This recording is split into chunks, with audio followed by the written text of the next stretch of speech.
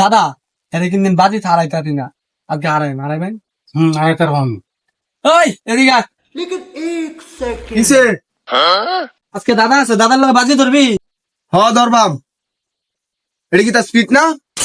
এই স্পিডটা আমি এত না দূরে খাই দেয় বুঝেছ কিন্তু কয়ে দিলাম তাহলে বাজি আমার তো 5টি আছে 5টা বাজি হাতে না ধরে খাইতে ফার্স্ট টাইম তো আমার দেওয়া লাগবো দাদা আজকে সাক্ষী আছে দেখবেন বাজি কি হারাস